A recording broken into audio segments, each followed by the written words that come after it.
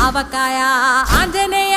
కథ మొదలెట్టినాడు చూడారయ్యా శక్తినంతా కూడగట్టి చెట్టు దులిపినాడు అంజయ్య